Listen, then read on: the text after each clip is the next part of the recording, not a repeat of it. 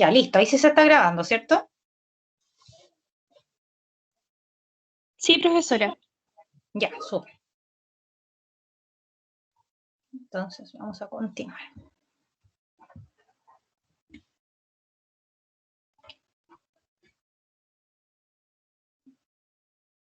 Ya, como así súper resumen para que también quede grabado, entonces, hoy día vamos a hablar de elementos como la demografía, la estructura poblacional, ¿cierto? Mortalidad, natalidad, fecundidad, distintos elementos que nos permiten conocer cómo se estructura y cómo se distribuye la población dentro del lugar donde nosotros vivimos.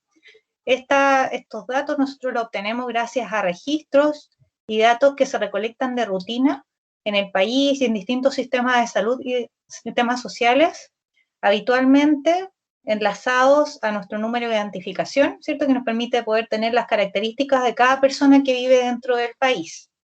¿Ya? Y eso nos permite también poder tener los datos con mayor sistematización, a diferencia de lo que ocurría antes también gracias a los sistemas computacionales, porque antes había además que estar mirando los libros, ¿cierto? Era todo mucho más complejo. Ahora, estos datos solamente tienen como objetivo eso, poder tener una sistematización de toda la información que vive, de la gente que vive en el lugar, pero no nos responden a preguntas específicas de investigación. Entonces somos nosotros, como desde el punto de vista del investigador, del epidemiólogo, los que utilizamos esta información en la medida que de los datos que tenemos para poder responder a las preguntas de investigación que nos preguntamos. Entonces, ¿cuáles son las características, las ventajas de estos indicadores que cubren amplias poblaciones, sobre todo al estar sistematizados por sistemas computacionales, ¿verdad? Podemos tener información de todo el país.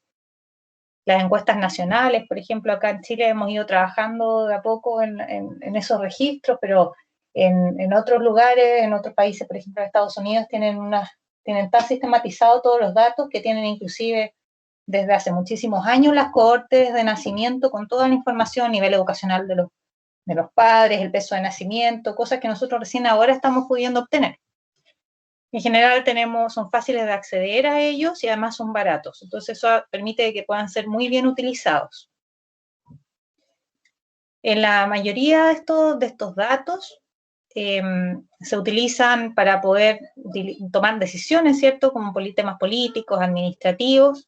Y las fuentes de datos más usuales en este momento son el certificado de nacimiento, el de defunción, la notificación de algunas enfermedades obligatorias, por ejemplo, no sé, el dengue, ¿verdad? Cada persona que sea diagnosticada con dengue debe ser notificado, las personas que viven con VIH, cuando reciben un resultado, deben tener esta notificación obligatoria, lo cual nos permite tener mejores registros. Algunos datos hospitalarios, ¿cierto? Por ejemplo, los egresos hospitalarios que son muy utilizados y nos permite saber también cuáles son las causas principales por las cuales se enferman los chilenos, por las cuales se hospitalizan. El registro de trabajadores de la salud, por ejemplo, que ahora ha sido muy útil en el tiempo de la vacunación, gracias a este certificado que se puede obtener de la Superintendencia de Salud, en el cual estamos todos registrados. Otros elementos respecto a seguridad social y las aseguradoras, que indican dónde tenemos fondos, por ejemplo. Y, por supuesto, el mejor es el censo, porque tiene el potencial de que cubre a toda la población. Ahora, si estos datos nos entregan el número de casos del elemento específico que nosotros estamos estudiando y además el total de la población, pueden servirnos para poder calcular medidas de ocurrencia. ¿Ya? Las medidas de ocurrencia son todo esto que hablábamos en la clase pasada, por ejemplo, de las tasas, ¿cierto? Que nos permiten poder tomar estas decisiones. Si me dan un segundo, necesito hacer callar a mi hijo que no me deja concentrarme. Vamos a enseñar.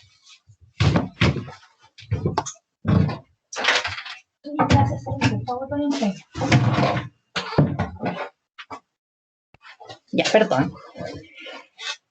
Bueno, entonces la elección del numerador que nosotros elijamos va a ser dependiendo de la medida de ocurrencia que queremos estudiar.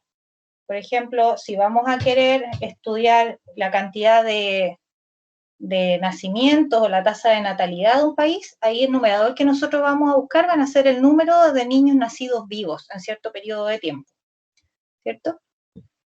Ya, un ejemplo, por ejemplo, de numeradores. Para obtener los casos de cáncer gástrico, si queremos hacer un estudio de cáncer gástrico, de mortalidad por cáncer gástrico, nosotros vamos a buscar todos los casos que han consultado por esta causa o que han sido diagnosticados por esta causa en los hospitales privados o también en los hospitales públicos, a través de fichas clínicas, a través de diagnósticos de anatomía patológica, de una serie de elementos que puedan estar dentro del hospital. Y también podemos acceder, en el caso de los lugares donde esto existe, a los registros poblacionales de cáncer. Cuando un registro poblacional de cáncer ya está bien instalado, la verdad es que este es el mejor mecanismo de acceso al dato que nosotros tenemos, porque ya es una cosa que es sistemática y en general logra cubrir a la mayoría de los cánceres. Y esto incluye también a las personas que han fallecido, por ejemplo, por cáncer y que han sido diagnosticadas ya en etapa tardía, y que esto se puede obtener gracias a los certificados de defunción. Entonces ahí es donde se tiene una mejor cobertura de los casos que nosotros queremos identificar. Y en ese caso, que queremos estudiar los casos de cáncer, el denominador, el mejor sería el censo, ¿cierto? Porque en este caso, para el cáncer gástrico, todas las personas estamos en riesgo de desarrollarlo. Por lo tanto, todas las personas del país deberían constituir nuestro denominador. ¿Cuál es la limitación que tiene el censo? Que si bien tiene la ventaja de abarcar grandes cantidades de territorio de población, suelen quedar personas fuera, que son aquellas que, por ejemplo, que no tienen casa, porque en general este es un censo de población y de vivienda, ¿cierto? Uno se dirige a una vivienda para saber cuántas personas viven en ese lugar. Entonces las personas que no tienen casa muchas veces quedan fuera de este grupo, a pesar de que en el último tiempo se han tratado de establecer algunas estrategias que también puedan cubrir a estos grupos. Y asimismo también los migrantes que pueden estar de paso, por ejemplo, en el país y que finalmente se radican, pero que no tienen necesariamente como una ubicación definitiva. Entonces, por ejemplo, para poder pensar en el denominador, vamos a pensar en este ejercicio. Queremos estudiar la población vacunada con la DPT en menores de 1 año. Ya, en este caso, el mejor denominador serían los certificados de nacimiento del periodo en estudio. ¿Por qué creen ustedes de que ese sería el mejor denominador en este caso? ¿Qué característica tiene la vacuna DPT?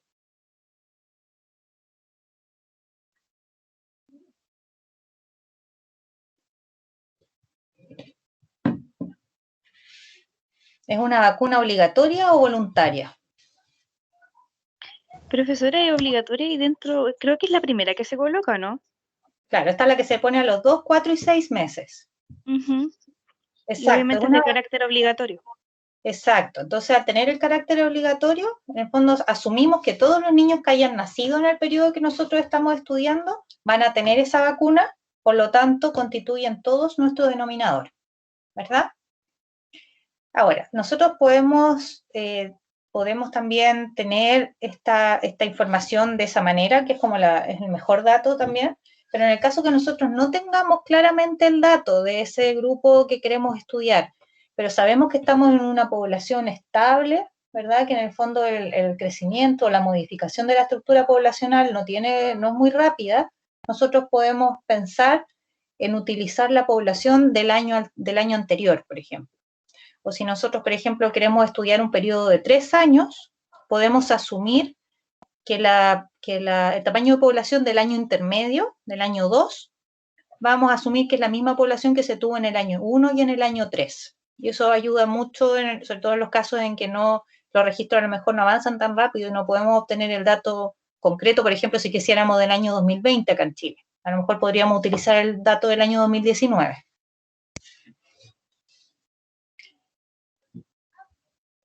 Entonces, vamos a hacer este ejercicio. Vamos a pensar de que en Cali, entre el año 1982 y el año 1986, o sea, en 5 años de estudio, se acumularon 1.515 casos de cáncer, ¿ya? La población para el año intermedio de estos 5 años, que fue 1984, fue de 1.324.521 personas. Entonces, ¿qué vamos a hacer? Primero vamos a calcular las personas año en riesgo. ¿Se acuerdan cómo era esto? Que en el fondo teníamos que multiplicar la población que habíamos asumido para cada uno de estos años por el total de años de estudio. Y posteriormente a eso vamos a calcular la tasa de incidencia de cáncer gástrico por 100.000 habitantes. Traten de hacer el ejercicio un minuto y después revisamos el resultado.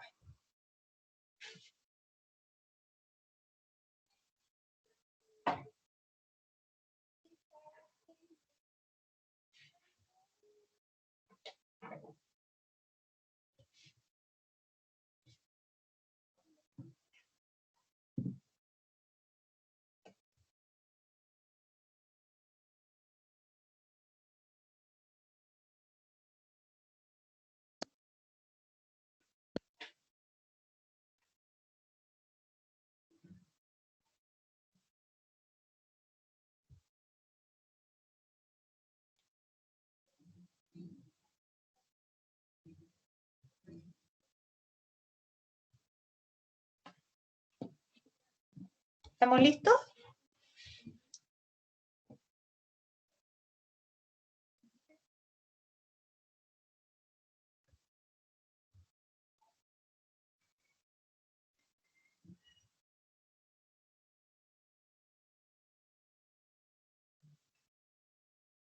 Voy a avanzar al resultado.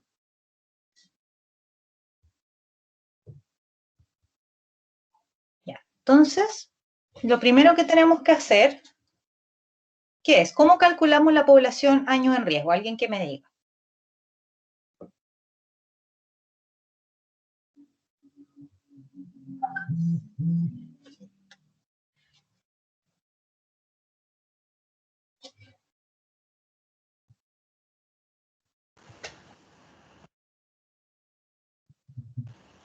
Se toma la cantidad de habitantes en el censo multiplicado por el año de estudio y en base a eso se utilizan los valores de casos de cáncer gástrico en este caso.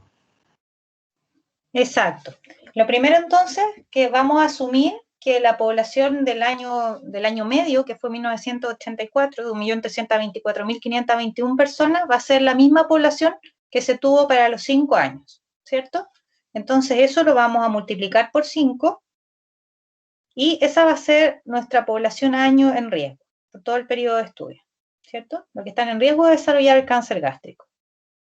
Posterior a eso, para calcular la tasa, vamos a poner en nuestro numerador la cantidad de casos de cáncer que efectivamente se produjeron en ese periodo de tiempo.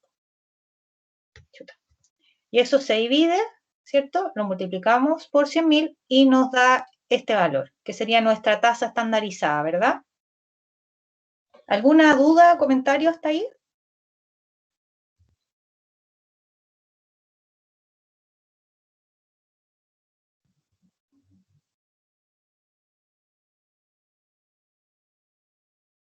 No, profe. Ya, sigo avanzando entonces. Bueno, entonces con esta información, con estos datos que estábamos hablando que se pueden recopilar de los distintos registros que están disponibles, nosotros podemos desarrollar indicadores, ¿cierto? Que estos indicadores son los que nos van a poder informar acerca de, por ejemplo, de algunas características de salud de las poblaciones. Ya si se están muriendo jóvenes, si se están muriendo viejos, qué tantas personas se mueren, etcétera. Entonces, hay distintos tipos de indicadores, los indicadores demográficos, que lo estamos viendo ahora, indicadores también de situación socioeconómica, por ejemplo, los índices de pobreza, ¿cierto?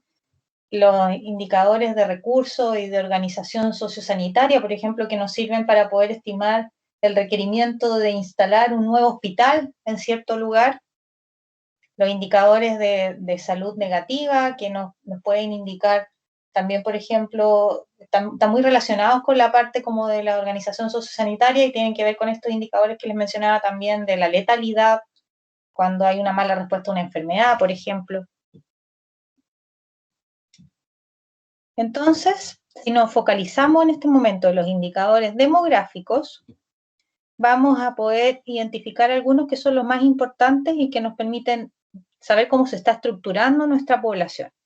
Los principales en general siempre son, por ejemplo, la fecundidad, saber cuántas personas están teniendo hijos en relación a otras poblaciones, si queremos hacer comparación, o por ejemplo en relación a una misma población, pero en un distinto tiempo, en un distinto año, Por ejemplo, lo que ocurría que en los años, no sé, 20, la cantidad de hijos por cada mujer era alrededor de 5 o 6, y en este momento, al 2020, estamos en una cantidad de 1,6 hijos por mujer.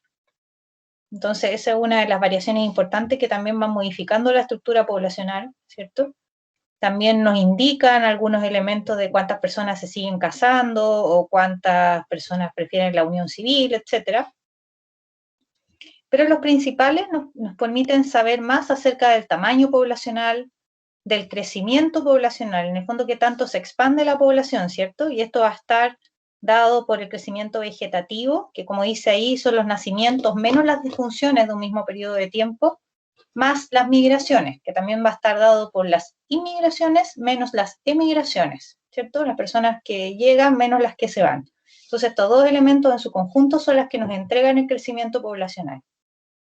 Vamos a tener también la tasa de natalidad, que es distinta a la de fecundidad, la vamos a mirar, y algunos elementos de tasas de mortalidad específica y la pirámide de población. Entonces, por ejemplo, si hablamos de la tasa de natalidad, ¿cierto? Los nacimientos, que es uno de los elementos más importantes que componen la estructura de nuestra población. La tasa de natalidad se calcula considerando el número de nacidos vivos en cierto periodo de tiempo, por ejemplo en un año, por el total de la población estimada anual. Así como calculábamos que en la mortalidad general nuestro denominador es toda la población, acá en la natalidad también, el denominador es toda nuestra población. Y este indicador en específico se multiplica por 1000. Entonces, por ejemplo, vamos a hacer este cálculo. Para el año 19, tenemos que nacieron 660 hombres y 107.501 mujeres, y la población total de ese año fueron 18.751.000 personas. Entonces, por favor, hagan ese cálculo, el nacido de la tasa de natalidad.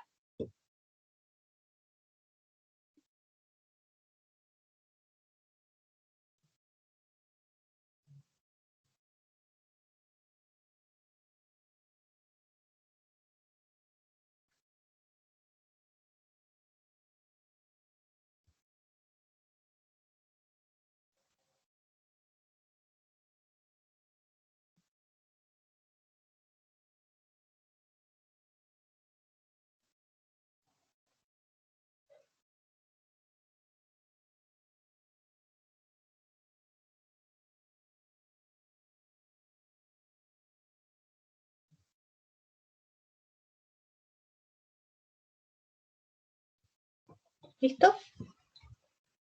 Ya, entonces, este es el resultado, ¿cierto? Para poder hacer el cálculo de la tasa de natalidad, lo que hacemos es sumar todos los nacimientos de ese año, ¿cierto? Los hombres y las mujeres, son 218.161 en total, y eso se divide por la población total de ese año.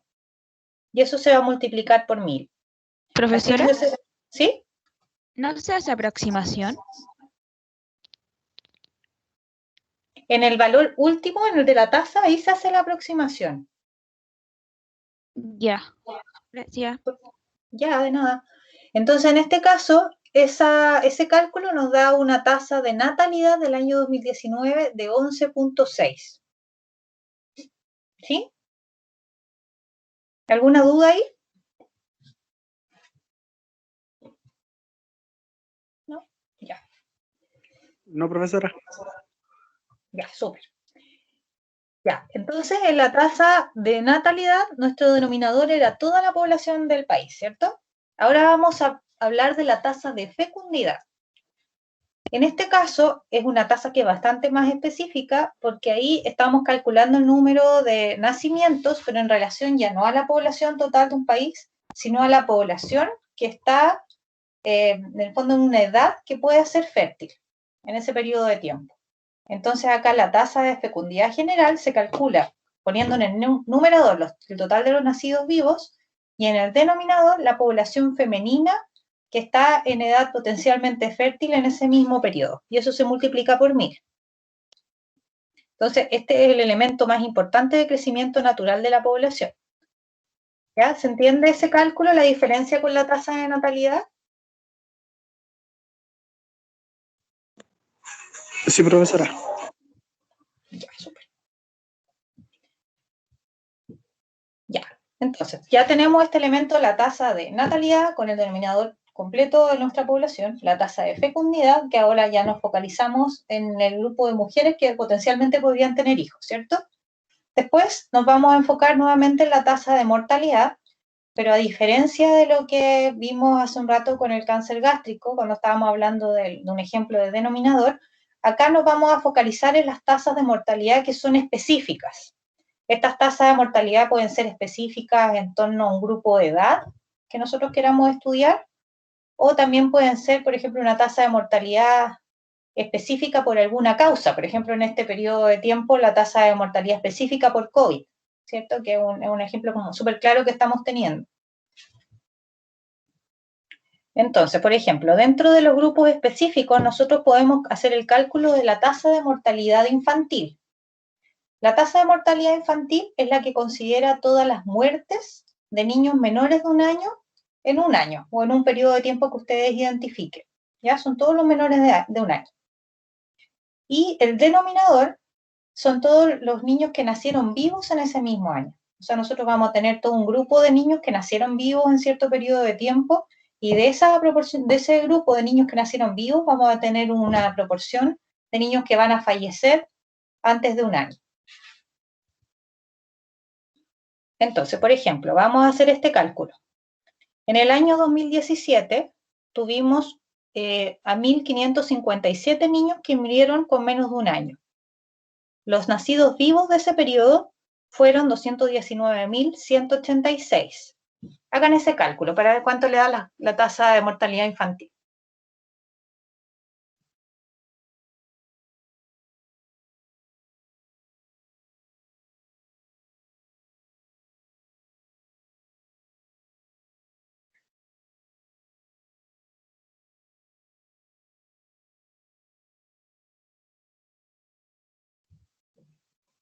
¿Estamos listos? Entonces vamos a revisar. Entonces vamos a tener como el número de fallecidos menores de un año a 1.557 y nuestro denominador va a ser el número total de nacidos vivos de ese mismo año. Y eso resultado se va a multiplicar por 1.000. Por lo tanto, en este caso, la tasa de mortalidad infantil para el año 2017 fue de 7.1. ¿Están de acuerdo con esa cifra? ¿Les dio lo mismo? Sí, profesora. Sí, profesora, me dio lo mismo. Ya, súper. Ya, este es otro elemento, la tasa de mortalidad materna. En general, la tasa de mortalidad materna se puede calcular teniendo dos posibilidades de denominadores. La primera, que es como la más frecuente, es que se utiliza todo el número de muertes maternas en un año, pensando en todas las mujeres que murieron como, por una muerte relacionada al momento del parto. Y el denominador se considera a todos los niños nacidos vivos en la misma población y año.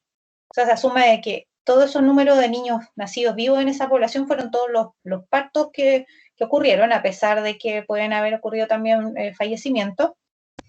Pero acá se consideran todas las muertes maternas en ese mismo periodo, en relación a ese denominador.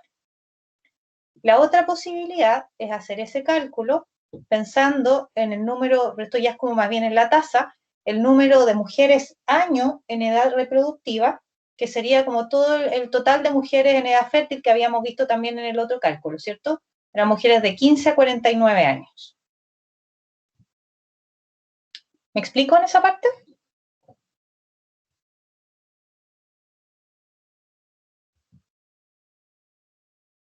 Por favor.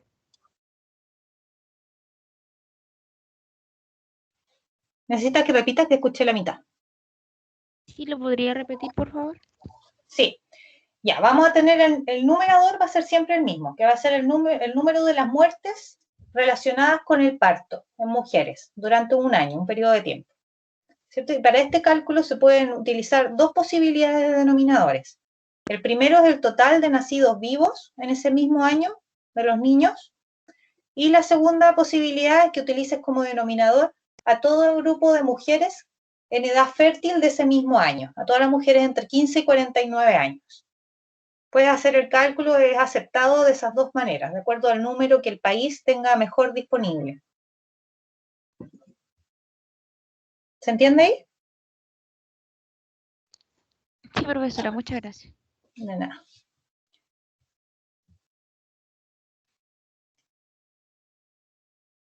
Ya, este es otro elemento que es la tasa de mortalidad perinatal, ya que acá considera tanto las muertes de niños que nacieron vivos y que fallecieron dentro de los primeros 7 días de su nacimiento, y también las muertes fetales tardías.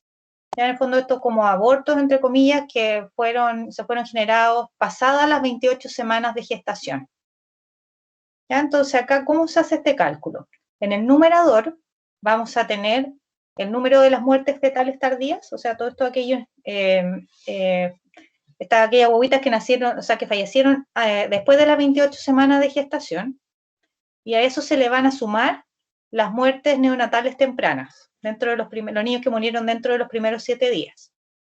Y el denominador va a ser nuevamente el número de muertes fetales después de las 28 semanas, y se le va a sumar el número de nacidos vivos en el mismo año. ¿Ya? Porque acá en el fondo lo que queremos tener es como todos los embarazos que podrían haber llegado a término. Entonces, por eso considera todos los embarazos y los niños que fallecieron después de las 28 semanas de gestación, más los que nacieron vivos. ¿Se entiende?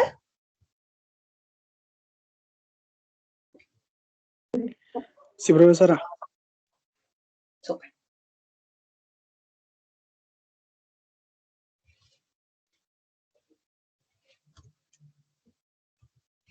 Ya, en algunos países que tienen menos datos, por ejemplo en países de África, que en general los reportes no son tan claros, la OMS también acepta que se haga el cálculo de la tasa de mortalidad perinatal solamente considerando en el denominador los nacidos vivos del periodo de tiempo. ¿Ya? O sea, en esos países lo que se considera son las muertes fetales después de las 28 semanas de gestación, van los niños que nacieron y fallecieron antes de los 7 días de vida, y en el denominador solamente considera a los nacidos vivos de aquel año.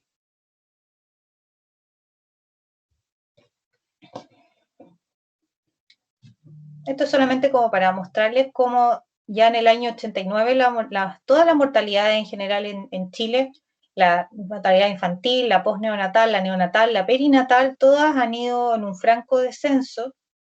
Y bueno, después de eso se ha ido produciendo ya, todo esto tiene que ver también con la profesionalización del parto, ¿cierto? Con que las mujeres pudieran empezar a tener a sus hijos más en los hospitales o en las clínicas versus lo que ocurría antes en estos años, que en su mayoría era todo en la casa. Entonces eso produjo un cambio importante porque también cuando las mujeres tenían algún tipo de hemorragia se podía contener, cuando había alguna infección se aplicaban inmediatamente los antibióticos.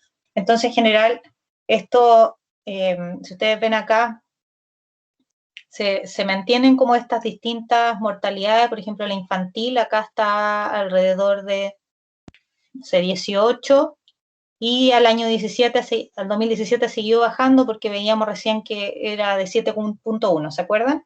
Entonces, a pesar de que después la reducción de la mortalidad fue más lenta, se siguió produciendo una disminución y ahora ya estamos en un momento bastante estable. Ya, entonces, entendiendo hasta ahí la parte de la mortalidad, hay un elemento que se considera mucho y que dice también mucho de la calidad y del acceso a la salud, a la conservación, por ejemplo, de los alimentos, a la sanitización de los distintos hogares y del agua, que es la esperanza de vida al nacer. Es un elemento súper importante para poder comparar también las distintas poblaciones. Y lo que indica es aproximadamente cuántos años vivirá, se estimaría que viva una persona al momento de nacer, perteneciendo a una determinada cohorte. Entonces, para las personas que nacían en el año 1900, se esperaba para las mujeres que vivieran alrededor de 23 años. Y en realidad para los dos como alrededor de 23 años. Ya eran muy jóvenes cuando ellos fallecían. Sin embargo, para el periodo del 2015 al 2020, Las personas que nacen en ese periodo de tiempo, en el caso de las mujeres se espera que vivan alrededor de 82 años y para los hombres alrededor de 77 años. Y esto sigue aumentando. Ya esto ha tenido un impacto muy importante para nosotros que tiene que ver con el sistema de salud, por ejemplo, que nosotros tenemos que, pese a que pueda tener varias fallas, es un país que realmente tiene acceso al sistema de salud universal, ¿cierto? Todas las personas que requieran alguna atención médica pueden atenderse efectivamente, independiente de que no tengan dinero para costearlo. Hay otros elementos también que tienen que ver con la potabilización del agua, que nosotros lo tenemos muy difundido en nuestro país, el uso de refrigerador, la utilización de medicamentos, de antibióticos. Entonces, son muchos elementos que han permitido que nosotros vayamos avanzando y que tengamos una comparación de esperanza de vida al nacer con relación a los países desarrollados. ¿Alguien quiere comentar algo?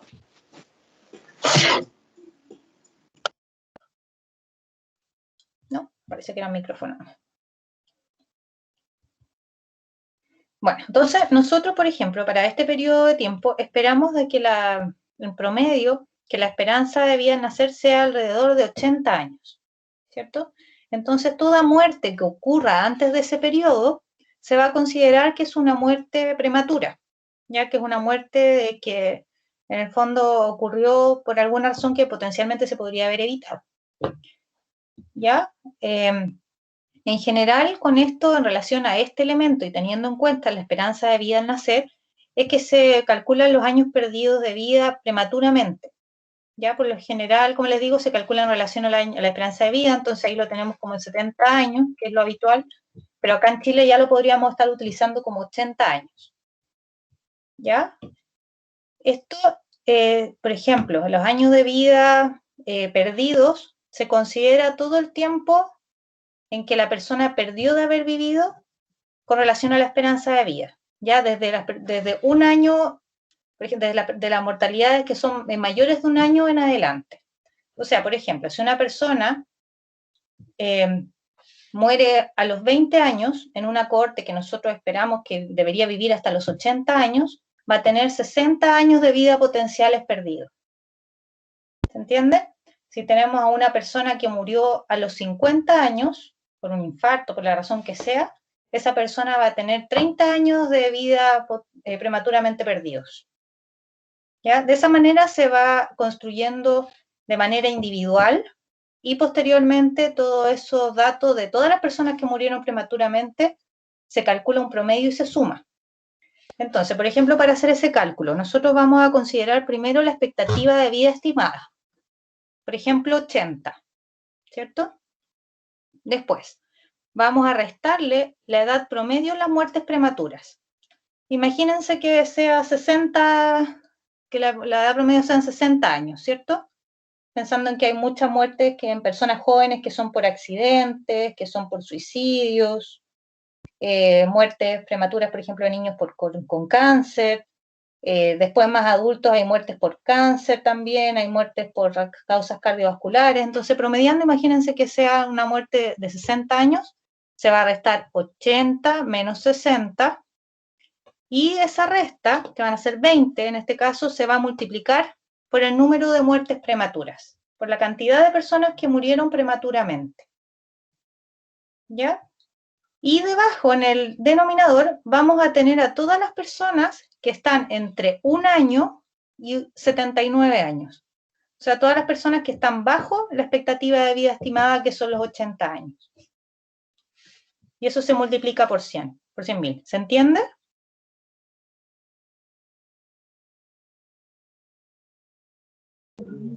Sí, profesora, claramente.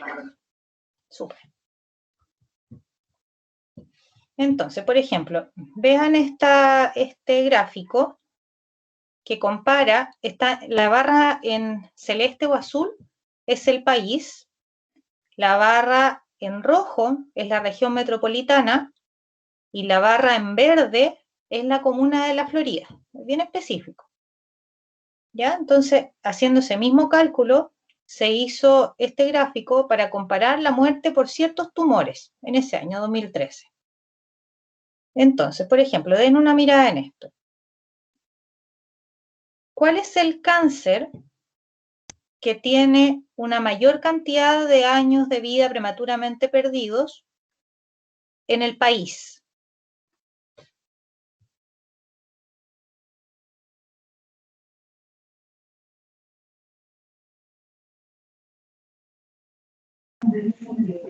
¿Sería la Florida? No, pero mira, ¿cuál es el cáncer, el cáncer específico que tiene una mayor cantidad de años de vida perdido en el país, en la barra celeste? ¿El de estómago? El de estómago, exacto. ¿Cuál es el cáncer que en el fondo la tasa de años de vida de muerte perdido es más similar entre el país, la región metropolitana y la Florida? El de páncreas. Sería el de páncreas. El de páncreas, exacto. ¿Cuál de ellos es el que tiene una mayor cantidad de años de vida perdidos en la comuna de La Florida? El de bronquios. El de bronquios, exacto.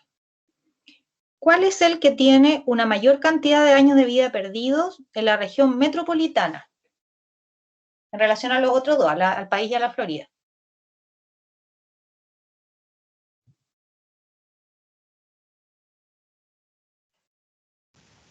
El de mama. El de mama, exacto. Es bien parejo, ¿cierto? Pero se ve una pequeña diferencia.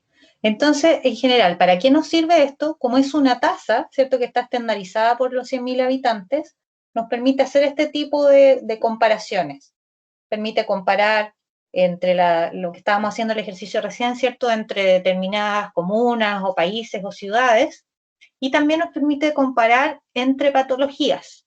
Entonces, pensando en estos mismos gráficos, ¿cuál es el cáncer que tiene una mayor cantidad de años de vida perdidos en general, por sobre los otros cánceres?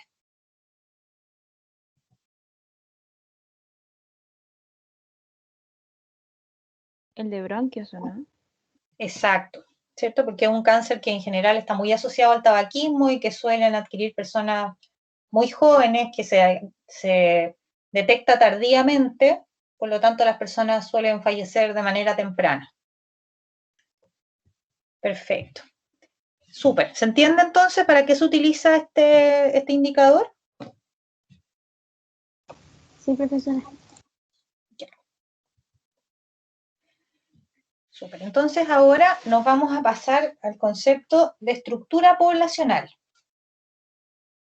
Nosotros vemos que hace tiempo que estamos escuchando, ¿cierto?, de que la población chilena está envejeciendo aceleradamente, que los mayores de 65 años están llegando al 11,4%, esto fue un titular de hace harto tiempo.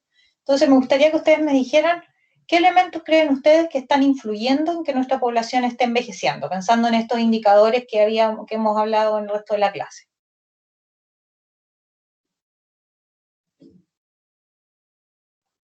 Menor tasa de natalidad. Exacto, menor tasa de natalidad, ¿cierto? Los nacimientos están disminuyendo. Perfecto. ¿Qué otro elemento? Mejora en el sistema de salud. Exacto, mejoran el sistema de salud, que ¿qué es lo que hace? Que las personas mayores puedan vivir más años por control, por ejemplo, de las enfermedades, ¿cierto? Ya, ¿cómo podrá estar influyendo las migraciones sobre esto? ¿Ustedes creen que tienen alguna influencia?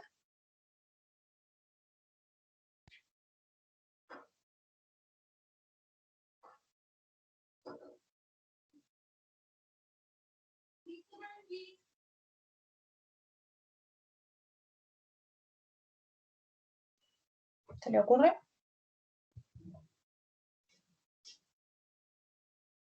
En general, las personas que llegan al país, ¿de qué edad son? ¿Son más jóvenes, son mayores, son niños? ¿Qué han visto ustedes?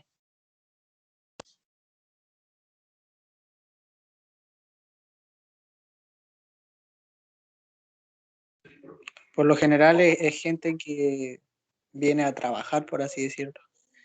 Y es como gente de 30, 40 años, la mayoría de las veces.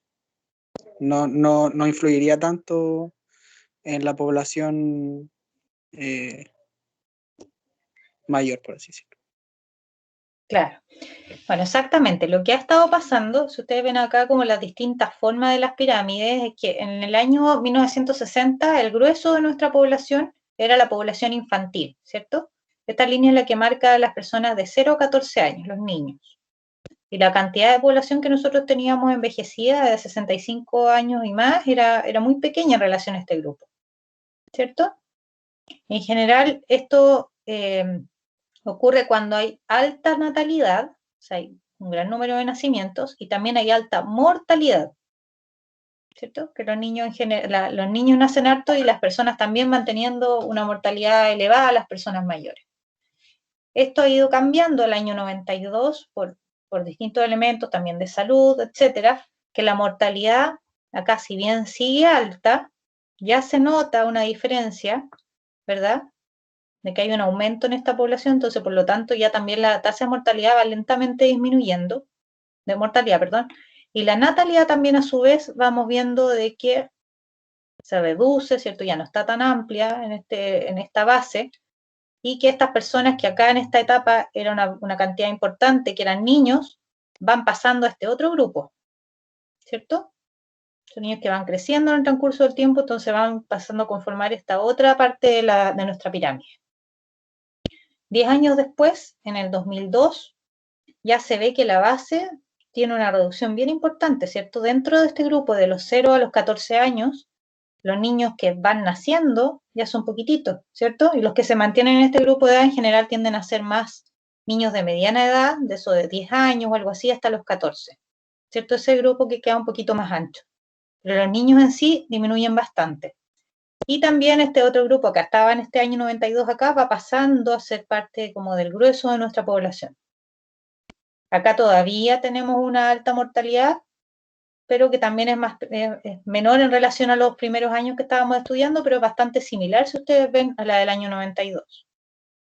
Por lo tanto, este grupo todavía se va siendo como más o menos estable. Y ya en el año 2017, que es cercano a lo que estamos ahora, vemos de que la base de nuestra pirámide se reduce aún más, ¿cierto? Estos niños, que eran la base del año 2002, ya son estos que están acá, ¿cierto? Ya son como estos que están por cumplir 14 años, y después de ellos, la verdad es que la renovación no es mucha, se mantiene bastante constante, entonces la población infantil es bastante pequeña, por eso también se van engrosando estos grupos de la población, con más de edad media, y también algunos de estos grupos que estaban en la edad media van pasando a este otro grupo de los adultos mayores.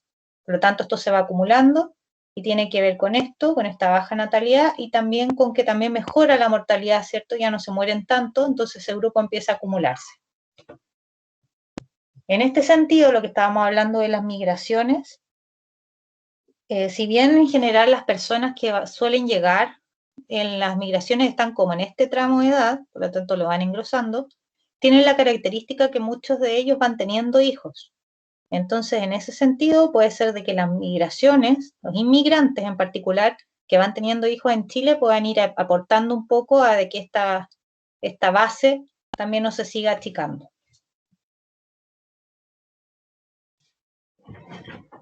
Bueno, entonces esto es lo que estábamos mirando, por ejemplo, las poblaciones, los tipos de pirámides, las poblaciones que son así triangulares, como la que nosotros veíamos bien similar en el año 60, son las que tienen esta base ancha, ¿cierto?, de alta natalidad y también alta mortalidad. En general son países de bajo ingreso, si ustedes ven las pirámides de algunos países particularmente más pobres, por ejemplo de África, todavía tienen una pirámide bastante similar a esta. Y por otra parte, esta forma, que es como bastante más similar a lo que nosotros tenemos ahora, ¿cierto? Una mezcla como de esa y esta todavía tiene como algo de pirámide, ¿verdad? Y es hacia donde estamos caminando, representan a poblaciones ya más bien envejecidas, que tienen baja mortalidad, baja natalidad, y una mortalidad que también se va reduciendo, y en general estos son países de medio o alto ingreso, que es la situación que tenemos nosotros actualmente en Chile. ¿Cierto? Acá hay un ejemplo también ya viendo como la pirámide directamente con números, también si vemos las edades, y se ven bastante distintas, ¿cierto? La del año 90 y esta otra en el año 2020. Ahí están las distintas formas también para que las puedan mirar. ¿Ven? Entonces está la de crecimiento rápido, cuando hay más nacimientos que muertes. Esta de crecimiento lento, que ya se empieza, ya no es tan puntiaguda, ¿cierto? Después viene esta, que es más bien estable, y después viene esta que ya es decreciente, que en el fondo ya claramente se ve que las personas mayores empiezan a sobrepasar a las personas más pequeñas. ¿Ya? Entonces, dentro de todos estos elementos, ¿se entiende bien todo esto de la estructura de la pirámide poblacional? Sí, profesor. Sí, profe. Ya.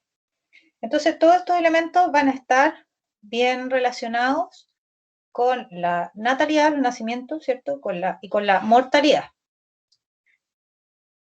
Entonces, focalizándonos nuevamente en el tema de la mortalidad, es importante no confundirla con otro concepto que es la letalidad. ¿Alguien sabe qué es la letalidad? Por ejemplo, ¿han escuchado la tasa de letalidad?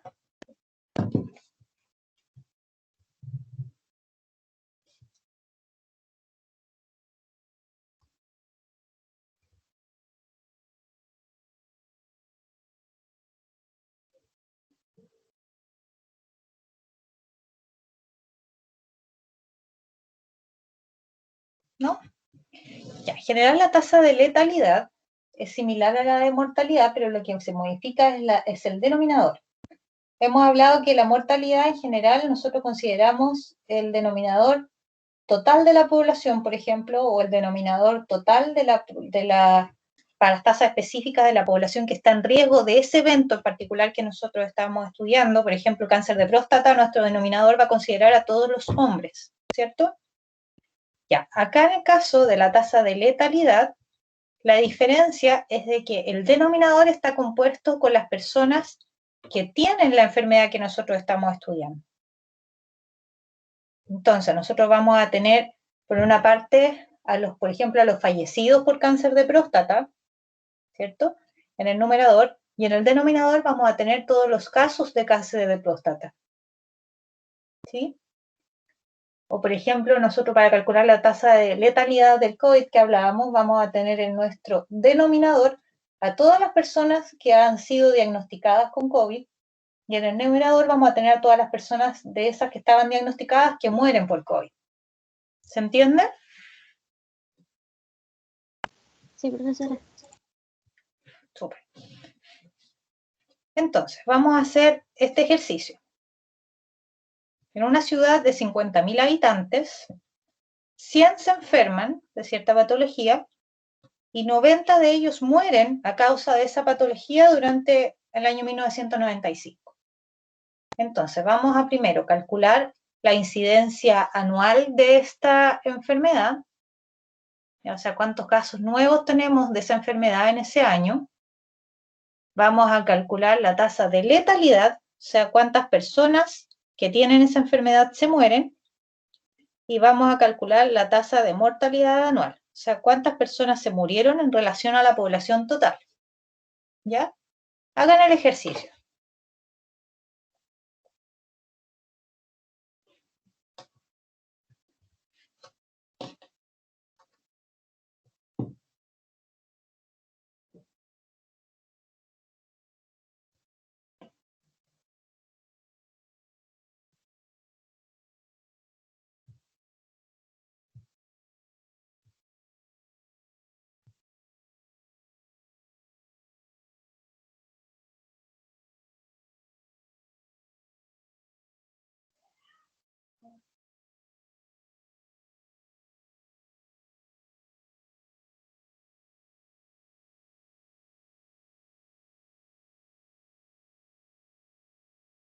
Ya, vamos entonces a avanzar a ver el resultado. Vamos a ver el resultado para los tres elementos. Entonces, la incidencia. Teníamos que la población total eran 50.000 personas, ¿cierto? Entonces, ahí van a ser los nuevos casos que se producen en esa población, que va a ser 100 dividido en 50.000, y eso va a dar 0,2%. Y eso lo multiplican por 100. Esa es la incidencia acumulada, ¿cierto? Por eso no estamos midiendo años personas. Después, la tasa de fatalidad o letalidad. Van a ser cuántas personas se mueren de total de personas que habían sido diagnosticadas. ¿Cierto? 90 dividido en 100 y eso por 100 da el 90%. Y la última va a ser la cantidad de personas que fallecen en relación a la población total, que va a ser 0.18. ¿Les dio lo mismo?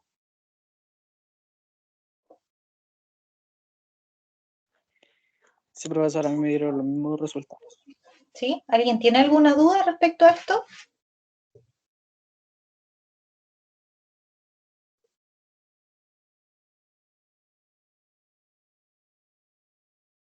¿No? Ya. Hay otro elemento que es el riesgo, la tasa de sobrevida, que es en el fondo una resta del fondo de la población total que se enferma menos la letalidad, ¿cierto? En el fondo el total de personas que tienen una enfermedad se va a componer de los que sobreviven más los que se mueren, ¿cierto? Por lo tanto, el 100% menos la letalidad va a ser la sobrevida.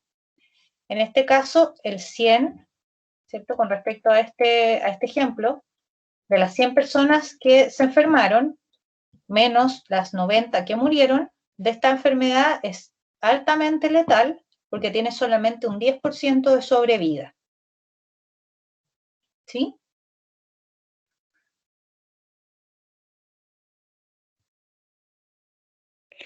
Profesora, ¿a qué hacía referencia el término sobrevida? Eran las personas que se enferman de un tema específico y que sobreviven a ese tema específico. Por ejemplo, dentro de las personas con COVID, en el reporte que se da todos los días, se indica cuántas personas, no es un buen ejemplo, porque ese indicador no lo tienen muy bien. Bueno, pero por ejemplo, imagínate en el COVID de que tengamos a cierta cantidad de personas que se han enfermado, y de esas personas, nosotros tenemos 25.000 o algo por ahí que han fallecido de la enfermedad, ¿cierto? Esas personas van a ser nuestro numerador para poder calcular la letalidad en relación al total de infectados, ¿verdad? La diferencia de esos, en el fondo, todos los que se enfermaron menos los que murieron, ese va a ser el porcentaje de sobrevida. ¿Ya? O sea, si por ejemplo si tuviéramos, por ejemplo, a 100 personas que se enfermaron de COVID y 90 de ellos murieron, tendríamos que la sobrevida del COVID es solamente un 10%. ¿Sí? Sí, profesora, muchas gracias. Ya, de nada.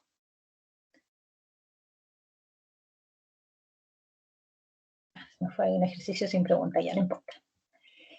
Me gustaría saber si tienen alguna duda de alguno de los conceptos hasta aquí, porque vamos a hacer un trabajo ahora en el resto de la clase.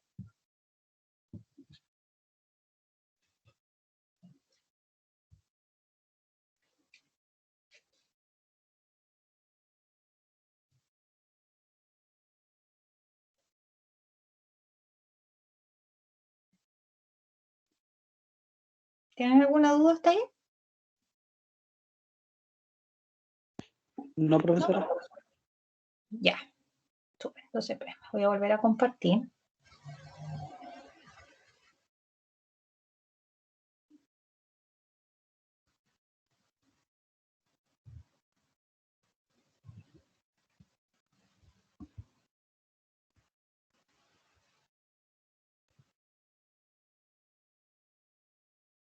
Ya, miren, me gustaría que pudiéramos trabajar en esto. Yo no sé cómo lo hacen ustedes cuando se les ha tocado hacer trabajo de grupo o para poder dividirse, pero la idea sería que pudiéramos dividirnos en grupos de 3 personas. A ver, ¿cuántas personas hay conectadas ahora? Déjame mirar.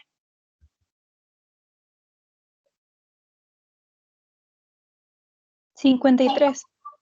53. Bueno, descontándole a usted. 52 sería. Serían 52. Pucha, a ver. Podríamos ser entonces, claro, podrían ser grupos de a 4. ¿Sí? Bueno, ya hagamos grupos de a 4 entonces. Vamos a cambiar aquí los años, porque ahora van a ser, entonces aquí vamos a tener 10.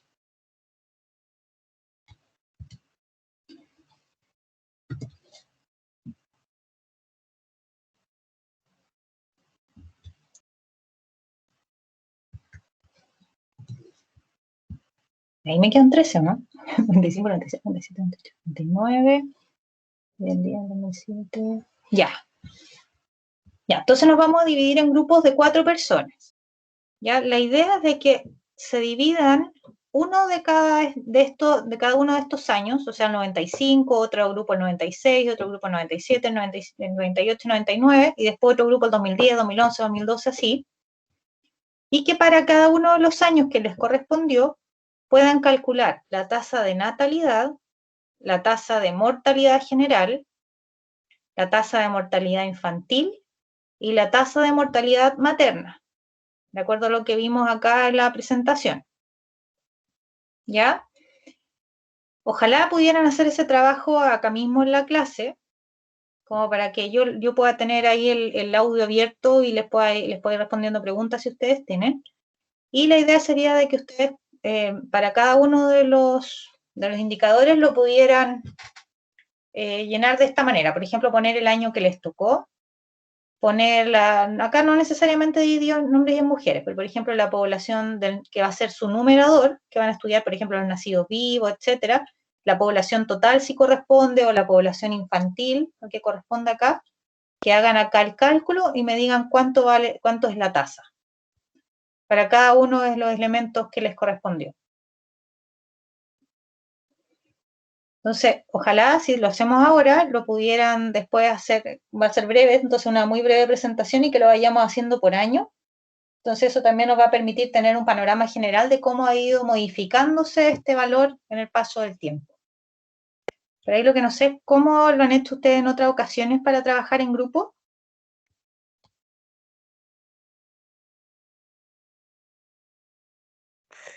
Profesora, la mayoría de las veces nos reunimos aparte, por así decirlo, a hacer ¿Ya? trabajo en grupo. No tenemos mucha experiencia en hacer trabajos en grupo en la misma clase, por así decirlo. Ah, ya. A ver, lo que podríamos hacer entonces es de que nos desconectemos un ratito, que yo les pueda dejar la clase, a lo mejor se la puedo mandar acá mismo por el WhatsApp para que la tengan y puedan ir viendo los indicadores. Y que nos volvamos a reunir, a ver, son las 6, no debería tomarles mucho tiempo porque son poquititos indicadores, y que nos volvamos a reunir a las 7:30, ¿les parece? O a las 7, para empezar a que empiecen a presentarlo. Sí, yo creo que a las 7 sería una buena hora. Nos va a mandar el Power, ¿cierto, profesor? Para ver la Sí, fórmula. exacto, lo voy a guardar ahora y se lo pongo ahí mismo en el chat. Profe, ¿y a qué grupo le tocaría cada año? ¿Cómo? ¿A qué grupo le tocaría cada año? ¿O qué año le tocaría qué grupo? Es que eso es lo que no sé, porque como no sé cómo dividirlos acá.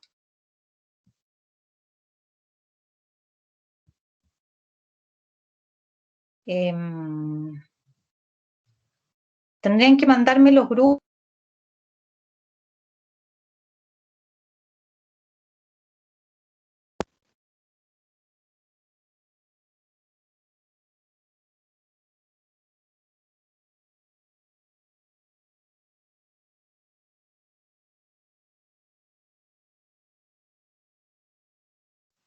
Se me cayó un poquito la presentación. No, les decía que no sé si acaso ustedes se quieren distribuir mejor los grupos y se los asignan entre ustedes mismos. ¿En el WhatsApp están todos o no? Sí, profesora. ¿Lo hacemos así o me nosotros mandan los podemos grupos? hacerlo.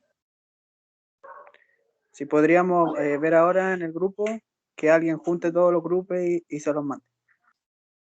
Ahora somos 54 socios asistentes. Ya, bueno, ahí ustedes distribúyanselo y les voy a mandar en este minuto el Power.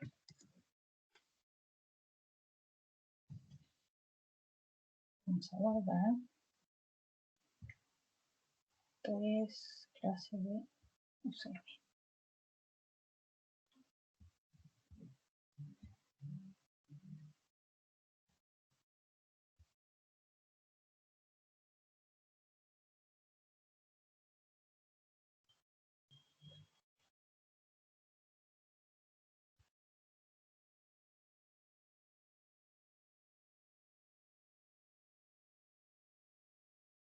Ya, entonces aquí lo voy a subir ahora.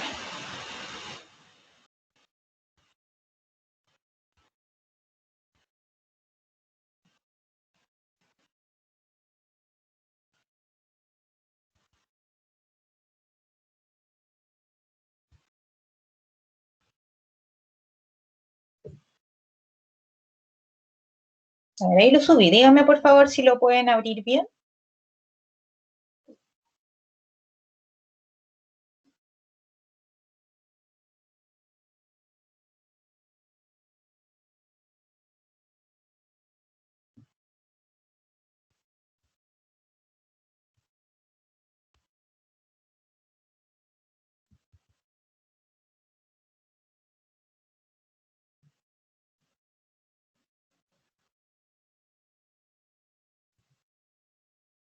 ¿Lo pudieron abrir bien?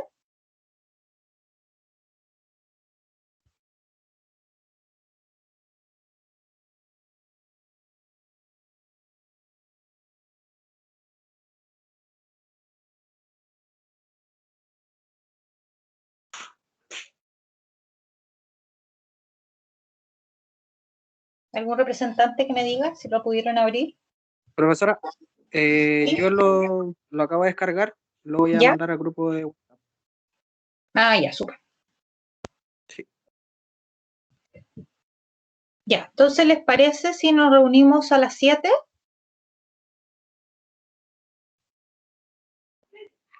Sí, profesora. Ya, súper, hagamos eso entonces. Nos vemos en un ratito.